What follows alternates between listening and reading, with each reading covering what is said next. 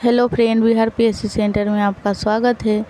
तो फ्रेंड्स, बिहार शिक्षक भर्ती और बीपीएससी के लिए पॉलिटिकल साइंस का क्लास हो रहा था। फ्रेंड्स, आप किसी भी एग्ज़ाम की तैयारी कर रहे हैं तो उतना ही इम्पोर्टेंट होगा, क्योंकि चैप्टर वाइज पॉलिटिकल साइंस करवाया जा रहा है। फ्रेंड्स, और चैप्टर तो उसमें सभी के लिए दिया हुआ रहता है। तो चलिए, तो इसमें भी चैप्टर 10 यानी कि नागरिकता संबंधी क्वेश्चन हो रहा था। फ्रेंड्स, और इसमें क्वेश्चन नंबर 16 तक हो चुका है और आज 17 से स्टार्ट होगा। तो चलिए,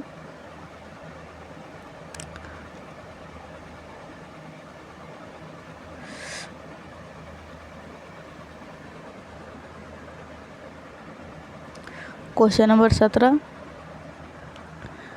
निम्न में से किस स्थिति में किसी भारतीय व्यक्ति की भारतीय नागरिकता समाप्त हो सकती है? तो फ्रेंड्स, इसका राइट आंसर डी हो जाएगा, यानी कि त्यागने पर, पर्यावसन पर और वंचित किए जाने पर, यानी किसी भी नागरिक का नागरिकता इस तीनों आधार पे समाप्त हो सकता है। चलते हैं नेक्स्ट पे। क्वेश्चन नंबर 18, निम्न में से किस स्थिति में किसी व्यक्ति को भारतीय नागरिकता से वंचित नहीं किया जा सकता? फ्रेंड्स, यहाँ आप ध्यान दीजिएगा, यहाँ वंचित नहीं किया जा सकता ये पूछा जा रहा है। तो इसका जो राइट आंसर होगा फ्रेंड्स, सभी, यानी आपातकाल के दौरान, इस समय भी नागरिकता कभी भी ख़त्म नहीं हो सकती है। मतलब मैं ऑप्शन नंबर बी की बात कर रही हूँ। ऑप्शन नंबर है निर्वाचन के दौरान, तो इसमें भी ख़त्म नहीं होता है फ्रेंड्स। युद्ध के दौरान, तो यहाँ भी नहीं होता है। तो नागरिकता जो समाप्त होता है, दूसरे देश की अगर आप नागरिकता ग्रहण कर लेते हैं तब आपका समाप्त हो जाएगा। आप अपने देशद्रोही का काम करते हैं तो आपकी नागरिकता समाप्त हो जाएगी। क्वेश्चन नंबर 19, भारतीय संविधान में नागरिकता के प्रावधान कब लागू हुए हैं? तो इसका जो राइट आंसर होगा फ्रेंड्स, 1949। क्वेश्चन नंबर 20, एक मिनट फ्रेंड्स। क्वेश्चन नंबर 20, भारतीय संविधान के अंतर्गत भारत के नागरिकों को कौन हैं जो गैर नागरिकों को नहीं है? यानी इसमें पूछा जा रहा है कि भारतीय संविधान के अंतर्गत भारत के नागरिकों को वे कौन सा अधिकार है जो भारतीय नागरिकों को प्राप्त है लेकिन गैर भारतीय को प्राप्त नहीं है?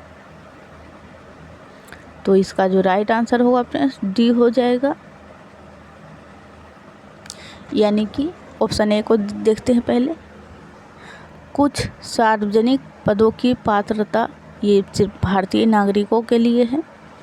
ऑप्शन बी को देखते हैं, संसद व विधानमंडल के सदस्यों होने का अधिकार, ये भी सिर्फ भारतीय नागरिक को ही मिलता है। और अनुच्छेद 19 में 19, 20 फ्रेंड्स, 15 और 16 द्वारा प्रदत्त मौलिक अधिकार भी सिर्फ भारतीय को मिलता है। 19 में है फ्रेंड्स, वाक एवं अभिव्यक्ति की स्वतंत्रता, और 16 में है नौकरी में मतलब आरक्षण। तो चलते हैं फ्रेंड्स, इसका भी हमें मालूम नहीं है फ्रेंड्स, मैं बता दूंगी। क्वेश्चन नंबर 21, मतलब याद है लेकिन मतलब जुबान पे नहीं आ रहा है। क्वेश्चन नंबर 21, संविधान द्वारा प्रदत्त नागरिकता के संबंध में संसद ने एक व्यापक नागरिकता अधिनियम कब बनाया था? तो व्यापक नागरिकता अधिनियम जो बना था फ्रेंड्स, 1955 में बना था। क्वेश्चन नंबर 22, भारत में एकल नागरिकता की अवधारणा अपनाई गई है? तो इंग्लैंड यानी ब्रिटेन से, क्योंकि ब्रिटेन जो है हमें उपनिवेश भी बना रखा था, तो हमने उनके शासन व्यवस्था को अच्छे से देखा समझा, तो इसीलिए हमारे संविधान पे ब्रिटेन के संविधान का बहुत ज़्यादा प्रभाव पड़ता है फ्रेंड्स। तो इसके माध्यम से आप याद रख सकते हैं कि एकल नागरिकता का जो प्रावधान है वो इंग्लैंड यानी ब्रिटेन, आप सभी कुछ कह सकते हैं, एक ही देश का नाम है। क्वेश्चन नंबर 23, भारत में रहने वाला ब्रिटिश नागरिक को दावा नहीं कर सकता। अगर भारत में कोई ब्रिटिश नागरिक रह रहा है तो वो किस चीज़ के लिए दावा नहीं कर सकता है? तो व्यापार और व्यवसाय की स्वतंत्रता का अधिकार।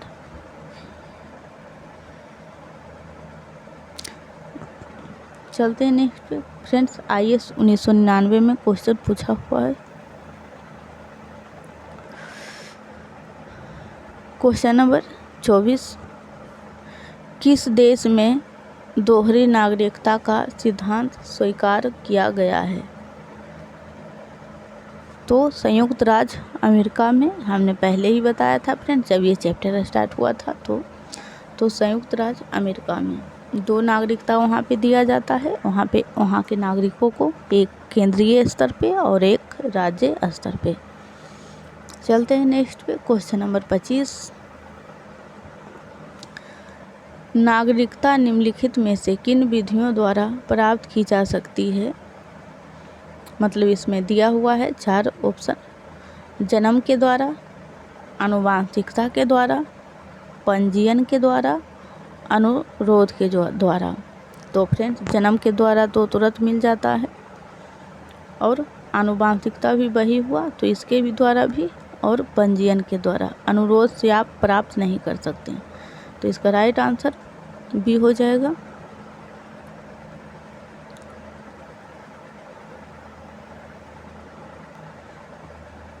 क्वेश्चन नंबर 26, नागरिकता प्राप्त करने के लिए शर्तें निर्धारित करने वाला सक्षम निकाय कौन सा है? तो संसद हो जाएगा फ्रेंड्स। अब हम एंट्री करेंगे दूसरे चैप्टर में, मतलब इससे अगले वाला चैप्टर में।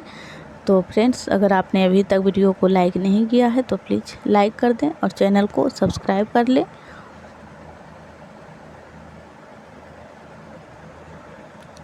तो फ्रेंड्स आपका प्यारा चैप्टर आ गया है, जो कि क्वेश्चन यहाँ से कोई भी एग्ज़ाम हो यहाँ से तो आता ही है, मूल अधिकार, और आपको इसे जानना भी चाहिए क्योंकि ये आपका अधिकार है। तो मूल अधिकार। चलते हैं क्वेश्चन नंबर 1 से स्टार्ट करते हैं।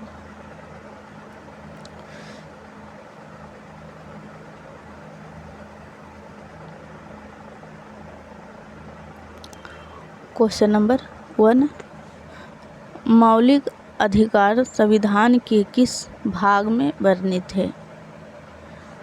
तो मौलिक अधिकार जो है फ्रेंड्स भाग 3 में वर्णित है, और कितना से कितना तक है? तो 12 से लेकर अनुच्छेद 35 तक है फ्रेंड्स। चलते हैं नेक्स्ट पे क्वेश्चन नंबर 2,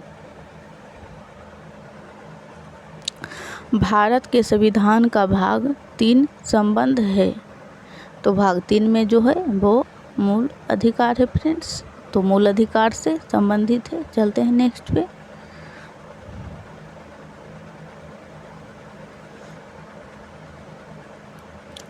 क्वेश्चन नंबर 3, मूल अधिकारों को सर्वप्रथम किस देश में संवैधानिक मान्यता प्रदान की गई? तो मूल अधिकार को सर्वप्रथम जो मान्यता प्राप्त हुआ था फ्रेंड्स वो संयुक्त राज्य अमेरिका में। चलते हैं फ्रेंड्स नेक्स्ट पे क्वेश्चन नंबर 4, भारतीय नागरिकों के मौलिक अधिकारों का वर्णन है। तो भारतीय नागरिकों के मौलिक अधिकारों का वर्णन है फ्रेंड्स, हमने बताया था सभी अनुच्छेद 12 से लेकर 35 तक है। और फ्रेंड्स इसी तरह से पॉलिटिकल साइंस का भी, मतलब हिस्ट्री का क्लास भी हो रहा है और इकोनॉमी का भी, तो आप उसे ज़रूर देखिएगा।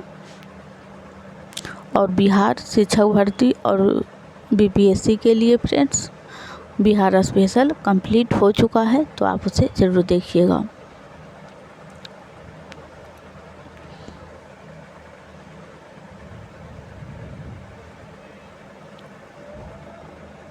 फ्रेंड्स अगर आप यहाँ एक भी क्वेश्चन मिस नहीं करते हैं फ्रेंड्स, तो आपका संपूर्ण जो आपका सिलेबस है फ्रेंड्स कंप्लीट होगा और बिना एक भी क्वेश्चन छूटे हुए। तो आप ज़रूर देखिएगा पूरा वीडियो, मतलब क्लास 1 से, क्योंकि अगर आप शुरू से लास्ट तक नहीं देखेंगे तो आपको एग्ज़ाम में थोड़ी प्रॉब्लम आ सकती है।